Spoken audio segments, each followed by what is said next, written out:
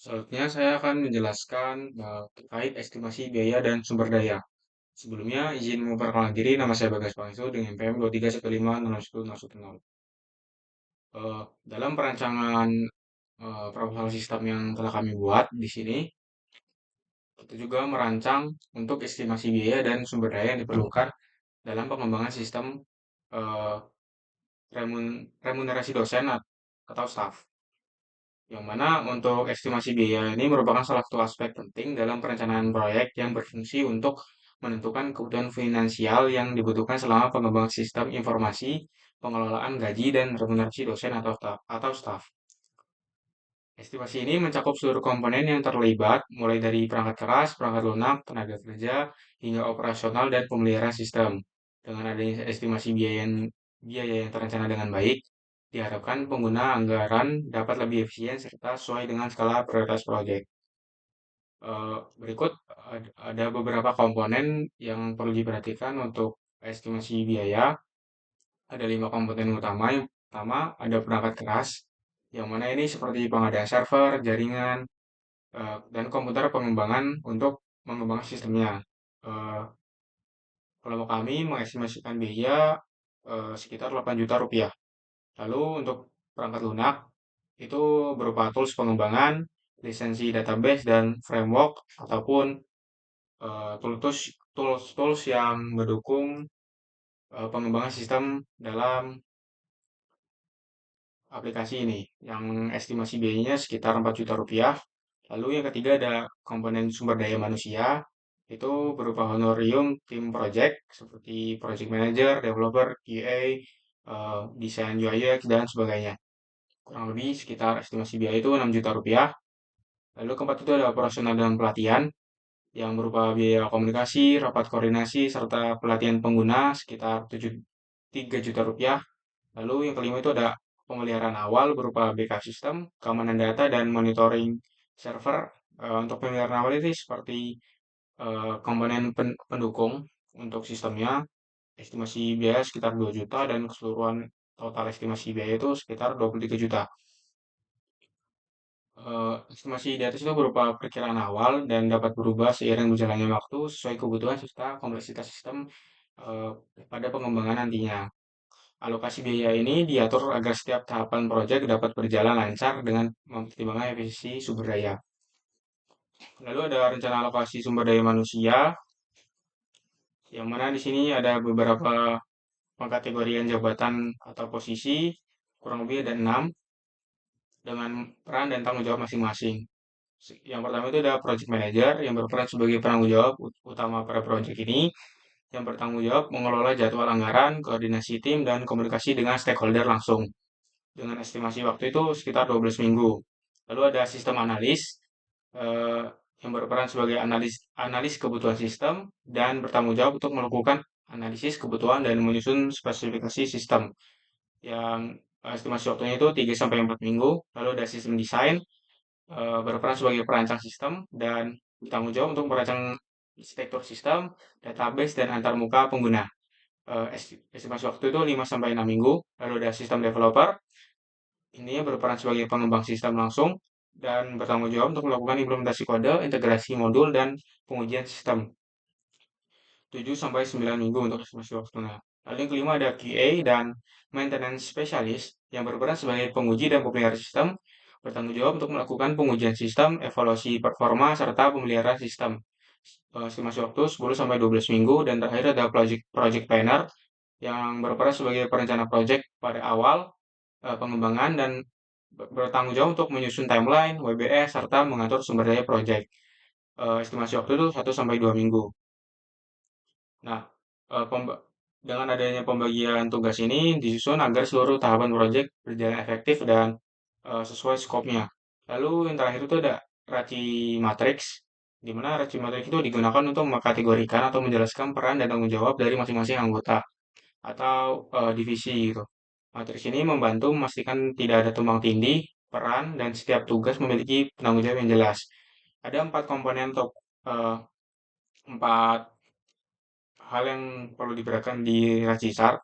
Sesuai namanya, Raci itu terdiri dari RACI, Untuk R itu berarti responsibel atau pelaksana tugas, E itu accountable atau penanggung jawab, C itu consulted atau pemberi saran, I itu informat atau penerima informasi. Nah, dari keempat komponen ini, masing-masing tim atau anggota itu dibagi, apakah dia termasuk ke dalam responsible, accountable, consulted, ataupun informat. Nah, berikut untuk hierarchy chart-nya, yang mana di sini untuk ada beberapa aktivitas utama dalam pengembangan sistem ini, seperti perencanaan proyek, analisis kebutuhan, desain sistem, sampai ke pemeliharaan sistem. Lalu, seperti kita tahu untuk pembagian tim dan divisinya itu ada project manager, sistem analis, sampai ke project planner. Nah, di sini untuk project manager dia berarti akuntabel atau bertanggung jawab untuk perencanaan project. Eh, Lalu untuk sistem analis di perencanaan project ini dia consultant atau yang memberi saran langsung. Untuk sistem designer, sistem developer dan QA itu berupa informat. Jadi dari perencanaan project itu eh, ketiga tim atau ketiga anggota divisi ini langsung menerima informasi dari hasil perencanaan project. Tidak terlibat langsung untuk tanggung jawab. Dan yang melakukan atau yang pelaksana itu berupa project planner ini.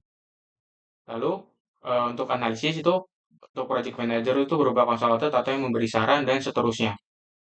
Sampai di sini ada pemeliharaan sistem. Yang bertanggung jawab itu project manager. Dapat dilihat di sini untuk kurang lebih project manager itu yang bertanggung jawab dari kebanyakan aktivitas dan sistem analis juga seperti itu. Jadi untuk register ini berfungsi untuk memastikan setiap anggota tim memahami perannya dan dengan jelas pada setiap fase proyek. Jadi agar terstruktur tanggung jawab yang transparan, koordinasi antara anggota tim menjadi lebih efisien dan terarah sehingga proyek dapat diselesaikan sesuai jadwal, biaya, dan kualitas yang telah direncanakan. Berikutnya saya juga akan menjelaskan terkait mockup untuk sistem yang ingin kami buat. Di sini untuk pertama itu terdapat dashboard pengelolaan gaji dan remunerasi. Mungkin sederhana aja di sini terdapat beberapa berupa card untuk mengetahui dari sang admin ini mengetahui berapa total pegawai, total gaji bulan ini, total remunerasi dan status periode. Nah, di sini juga ada grafik untuk mengetahui. Contoh di sini kami membaginya dalam bentuk fakultas seperti FMIPA, EVA sampai ke fakultas kedokteran. Untuk gaji dan remunerasi dikategorikan. Nah, di sini juga ada tren bulanannya, berapa gaji yang dikeluarkan. Lalu di sini ada aktivitas, update aktivitas terbaru dari seperti contoh di sini ada payroll September dan slip gaji dosen FIPA telah dipublish.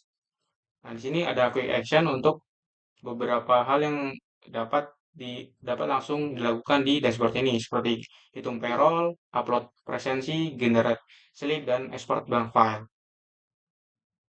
Nah, mungkin untuk dashboard seperti itu langsung ke data pegawai.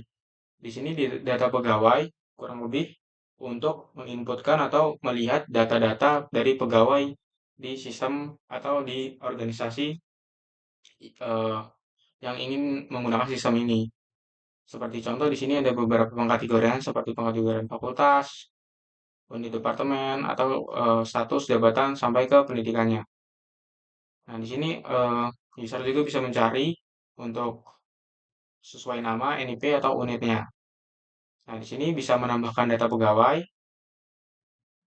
seperti eh, data pribadi, lalu data kepegawaian, dan seterusnya. Sampai di sini juga bisa import langsung untuk data pegawai yang sudah ada, berupa CSV atau file Excel.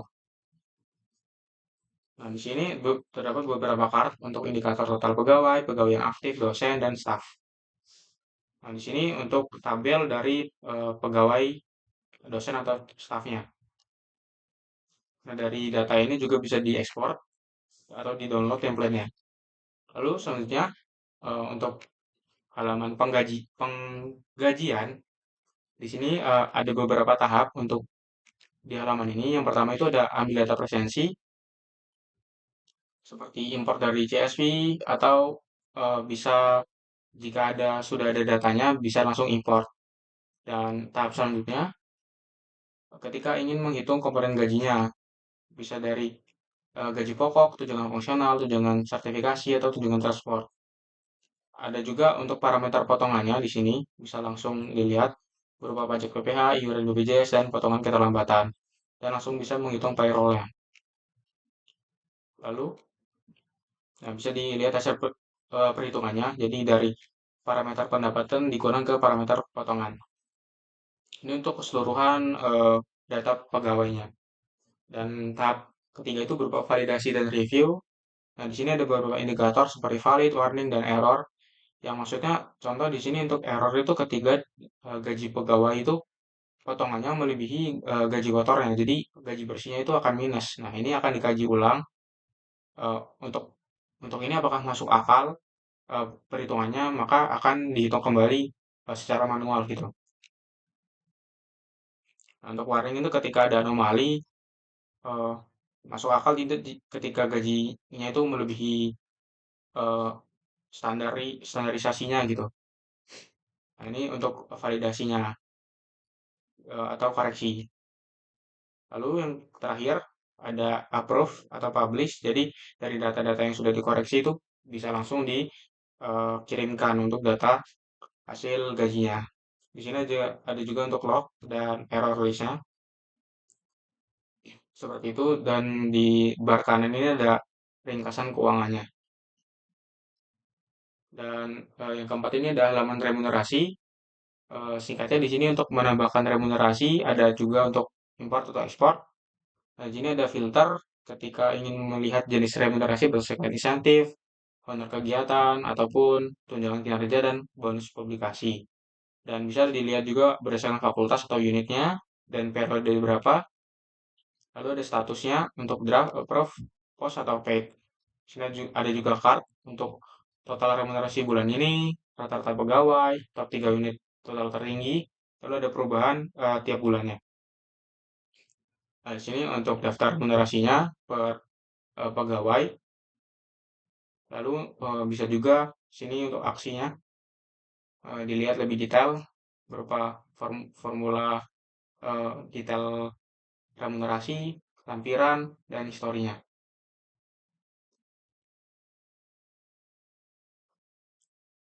Lalu di sini ada halaman slip gaji, yang mana slip gaji ini masing-masing individu pegawai itu kita bisa melihat langsung slipnya, dan juga kita bisa menggenerate slip ataupun publish langsung ke pegawai dan bisa ekspor PDF. Contoh di sini untuk user atau pegawai Ahmad Santoso, kita bisa lihat slipnya. Nah, di sini dapat detail dari hasil perhitungan gaji yang sudah dilakukan sebelumnya, seperti komponen pendapatan ataupun komponen potongannya. Sehingga didapatkan gaji bersihnya dan bisa kita unduh seperti itu. Nah, ini untuk template-template manajernya. Dan yang terakhir di sini ada laporan. Laporan ini berupa tampilan laporan hasil dari penggajian pegawainya. Di sini ada card untuk total laporan bulan ini dan laporan terjadwal, sehingga di sini juga ada ekspor berhasil. Lalu di sini ada untuk report build, mulai dari jenis laporannya, pengkategoriannya berupa rekap gaji, komponen per pegawai, sampai ke remunerasi per kegiatan. Ada juga bisa diatur periodenya dari kapan sampai kapan, dan untuk fakultas eh, dan lain-lain seperti status pegawai, dan komponennya. Sehingga dari hasil itu bisa di-generate laporan. Ini didapat berupa laporan itu chart hasil ringkasan berapa nilai atau pegawai dari masing-masing unit atau fakultas. Seperti itu. Bisa juga dilihat dalam bentuk tabel. Ini juga untuk jadwal laporan bisa ditambahkan. Nah, mungkin sekian untuk penjelasan lengkap ini yang cukup sederhana. Mungkin selanjutnya bisa dijelaskan oleh teman saya.